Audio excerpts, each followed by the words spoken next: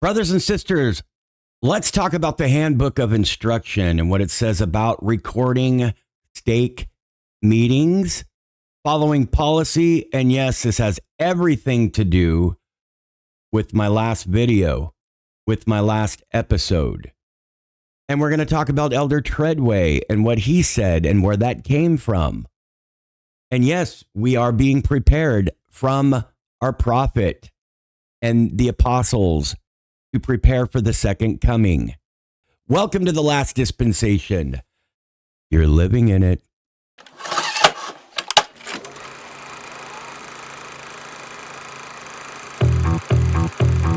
We don't really know where the world is gonna go, but now everybody knows that you can't stop for too long. Got to keep going. Don't really know where the world is gonna go.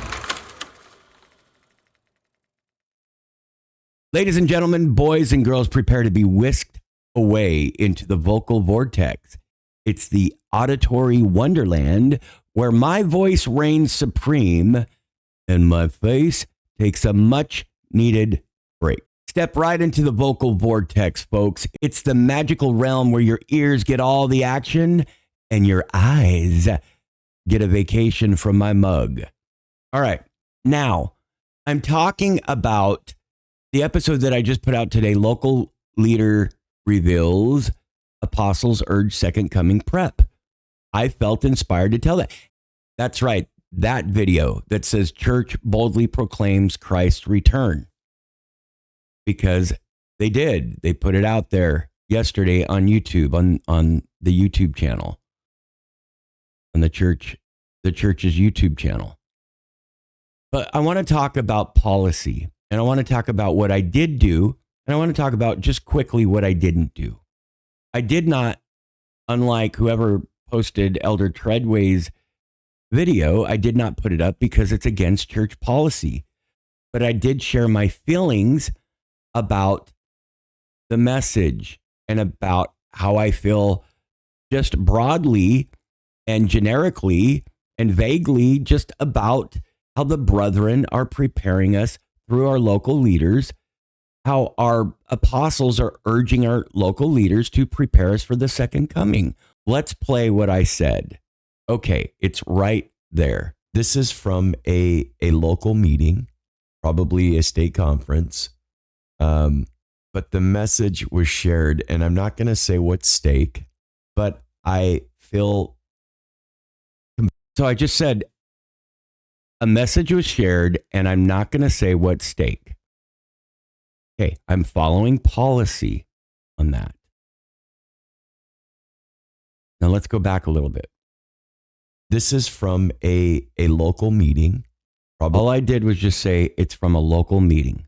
Once again, following policy. Probably a state conference. But the message was shared, and I'm not going to say what stake, but I feel compelled to share the message. But I feel compelled to share the message because I do. I did because I did, and I do.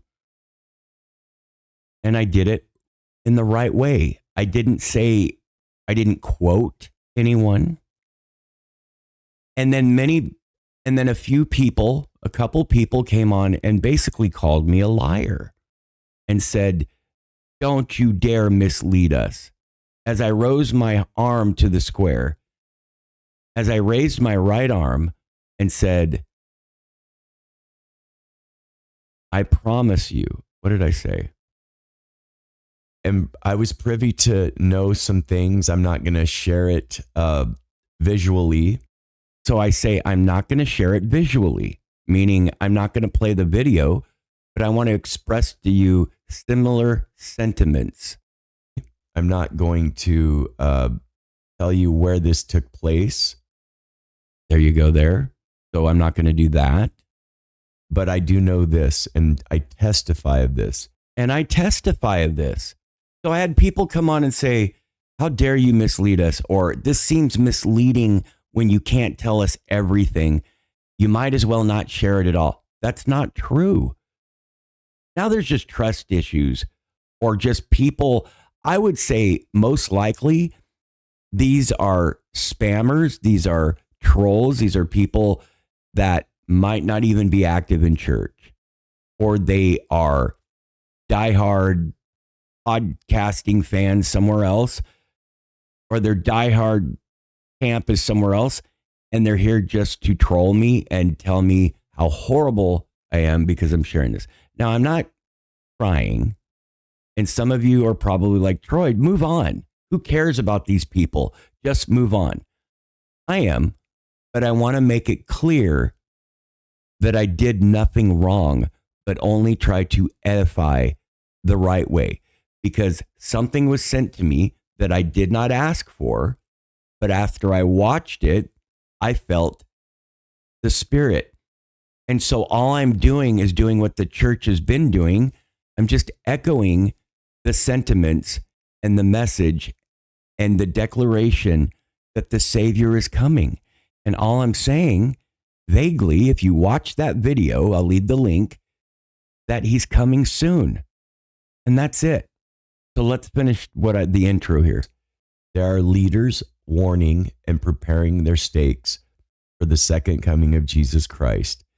There are leaders that have met with apostles that testify the reality of the resurrection. The reality of the resurrection. And so that's vague. I didn't quote anybody. I didn't say this is stake president so-and-so. I didn't say that it was from us. I didn't even say it was from a stake conference. I mean, now you know, but because we're not supposed to share those things. And that's why I don't post them. But I will doggonetly share the feelings that I felt and echo the sentiments from the brethren and just let you know that we're being trained. So I did nothing, absolutely nothing wrong. So if somebody comes on here and wants to create something from nothing so that Troy looks bad, do not believe it. And I've had to remove a few people because they were not very nice. In the Church Handbook of Instructions, the General Handbook, it's HB 29, Handbook 29.7 and Handbook 38.2. That's where you find it. And that under Meetings in the Church, which is 29, and Church Policies and Guidelines 38. Before I forget, brothers and sisters, if you are enjoying the content, don't forget to hit that like button, subscribe, and ding the bell for notifications. Your support means the world to me and helps the channel grow. And hey, if you want to contribute to the program, I do prefer Venmo first, then Cash App, then PayPal, then Zelle. And I've got cool products. I got cool merch. That's all being designed. I get a percentage of it. And that's if you're interested. Remember, your comments are what keep this community thriving. So drop your thoughts below. And if you're feeling extra generous, consider becoming a YouTube member or sending a super thanks right there. The button's right below the screen during our videos. Now back to the topic. Meetings in the Church, 29.7. And it states, streaming meetings and holding virtual meetings. Church members should strive to attend meetings in person. There is a benefit in gathering that enhances worship and helps unified members. That's D29. When this is not possible due to health or other reasons, streaming and holding virtual meetings make it possible to include those who are not able to attend. So they want you to attend, okay? For the benefit of those members and others, the bishop may authorize live streaming of sacrament meetings, baptismal services, funerals, and other ward meetings when certain local people can't attend. The stake president may authorize live streaming of stake conference and other stake meetings for guidance about streaming the sacrament and other ordinances, see 38.2.3. And then similarly, when members cannot attend Sunday classes or leadership meetings in person, the bishop or stake president may authorize these members to participate virtually. Ward and stake technology specialists can help leaders set up streams and virtual meetings. These individuals can also help members access these meetings. Stream recordings of ward and stake meetings should be deleted within 1 day after the meeting. And I wholeheartedly support that. Now, 38.2 states policy or ordinances and blessings. This section gives policies for ordinances and blessings. Some of these policies involve special circumstances. General information about ordinances and blessings is provided. Information about temple ordinances is provided. I don't know. Okay, 38.2.2. Photographs, recordings, and transcriptions of ordinances and blessings. Ordinances and blessings are sacred. For this reason, no one should take photographs or make video recordings or ordinances, blessings, or baptismal services. A family may make an audio recording and transcription of Father's blessings. These blessings are described in 18.14.1. Patriarchal blessings are transcribed to facilitate this. The patriarch or his scribe makes an audio recording of the blessing. Other ordinances and blessings should not be recorded or transcribed. For information about streaming ordinances, see 38.2.3. So basically, it's just reported over and over again, repeated over and over again, that if something's recorded for the benefit of a local person or a family member, whether they're sick or they can't make it, things need to be deleted later. And a leader friend of mine and myself had a talk about this. And the reason we do this is so folks can know that their stake is inspired for what they need to hear. And if you have differences in, let's even economic differences, cultural differences, language barriers, whatever, it's not your place to be peeking in on other people's stakes, because that inspiration isn't for you. And even if you feel good about what's been said, then it turns into, well, I want to start streaming their stake meetings and forget my own. And it just evolves that way, where you're disconnected. You might feel the spirit, but maybe it's not the spirit and feeling that you're supposed to be feeling. Think about it, brothers and sisters. You can feel the spirit, but are you getting the inspiration that you need from your stake and your stake presidency and your high council? So now I want to talk about Elder Treadway and the two things, but I'm not going to show the video because I got counsel that I should not. And I've known that for a while. So Elder Treadway said every sign and prophecy has been fulfilled.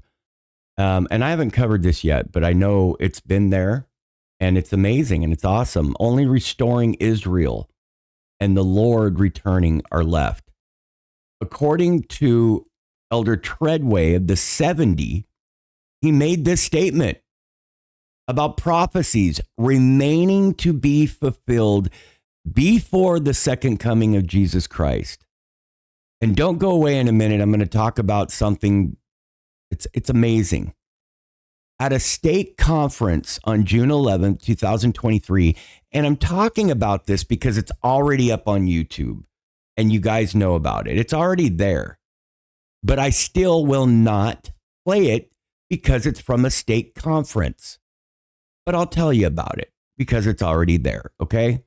Elder Treadway, and if you start trolling me and saying mean things, I'm going to have to remove you. So Elder Treadway of the 70 made a statement about prophecies remaining to be fulfilled before the second coming of Jesus Christ.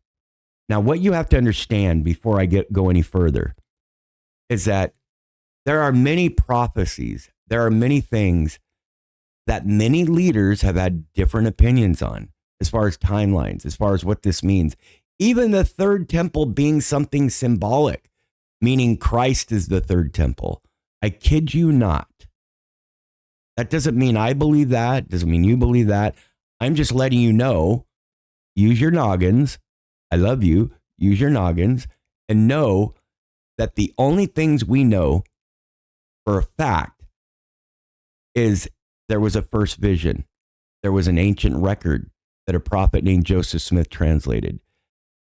The gospel of Jesus Christ that was wherever it was on the earth for the last 6,000 years, in America, in Israel and maybe other places, other sheep, right? Where the gospel was established.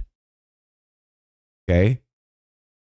That is what we know. Faith, that's where faith, repentance, baptism, and the bestowal of the Holy Ghost.